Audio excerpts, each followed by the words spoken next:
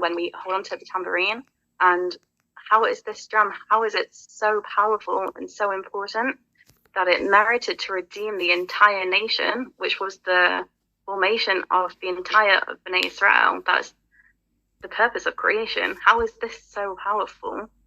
And when we have to picture it, that the Jewish people were being chased by the Egyptian army, they had a sea ahead of them. You can imagine the scenes. They were surrounded, and this was a time where they didn't even have time to prepare bread. They had nothing. They also had Mitzrayim, can be translated as constriction, because we were there for so long. We were in truly a mindset of this constricted, enslaved mentality. We'd been there for hundreds of years.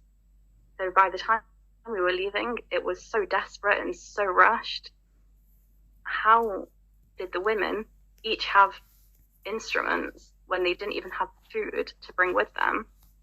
And the idea that they prepared them before the miracles started, before they had any reason to believe, is something that we have to really internalize, because we can picture it in our time when we look at the world, when we look at the war, the anti-Semitism and the hate that surrounds us, not just the external war, but the internal war as well, the voices that tell us not to carry on and that we're not good enough, and that whatever it is that we're fighting, sometimes we don't feel that there's a reason to believe and that there's a reason to go ahead.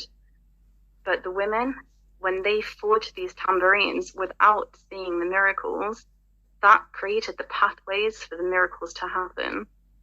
And that's why it says it was in this merit that the miracles happened. So we see from here that believing in miracles with a belief that is complete. Emunah shlema means this isn't a belief that is dependent or reliant on anything that we see.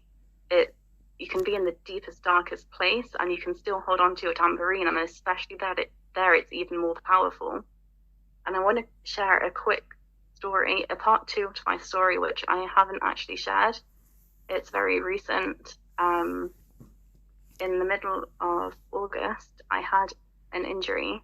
I had a big photo frame fell on my foot, and it broke the bone, it tore the soft tissue, and it damaged the nerves.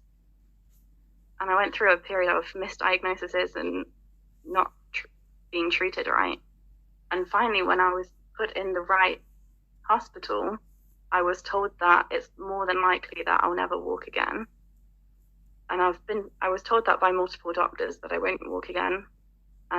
This is the end of my mobility, and that this is a long-term thing. And I was finally put in hospital to be treated for CRPS, which I hope no one has any familiarity at all with, please God. And the doctors, when they first saw me, they told the team of physios that I would be a long-term patient. There's people that are there for years with this. But what they didn't factor in was that I brought my tambourine with me, because I knew to anticipate miracles. And when they asked me what my goals were, and I told them I planned on dancing out of there in the week, they all laughed, and I didn't have the energy to explain to them. But I thought, they're going to find out very soon. Miracles happen because I brought my tambourine. And when 3 weeks later, I was discharged with full mobility, walking without any aid, and the team of physios, they couldn't stop talking how they'd never seen progress like that, how they just couldn't believe it. I wasn't shocked, because after every session, after every night, I'd come back to my hospital bed and the tambourine was there. And I knew that miracles would happen, and I didn't have to see any progress. I didn't have to have any reason. I didn't have to have any doctors telling me that, because that's what the tambourine is for. And that's what our role is right now in this war. We have the tambourine, which is the spiritual DNA of complete and perfect faith that has been handed down throughout the generations. Throughout every time in history, there's been the women that believe with certainty in miracles. And this is our mission now, to hold on to what the spiritual manifestation of the tambourine is, to believe when you have no reason to. It's not reliant on what we see. You don't need to look for any external reasons too. You can be chased by a spiritual army behind you. You can face a sea ahead of you, and you can get your tambourine and celebrate, because that is the power of a Jewish woman, and that is the essence of the tambourine. It's utilizing your free will to say, I believe in Hashem, and that belief will split the sea. And we know it's going to do it this time, but you need to believe it, and you need to know it with the certainty. So this belief becomes inscribed into your DNA, which was initially inscribed by the women in Egypt, and that's how you know that you are capable of it. So if you feel like, this is crazy, how could I do that?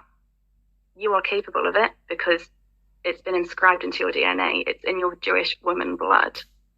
So when you hold onto your tambourine, know that this is your light in the dark. This is in the middle of the darkness. This is you holding onto your light and forging the pathways to Geulah. This is putting the Aleph in the Geulah exile and transforming it into Geulah.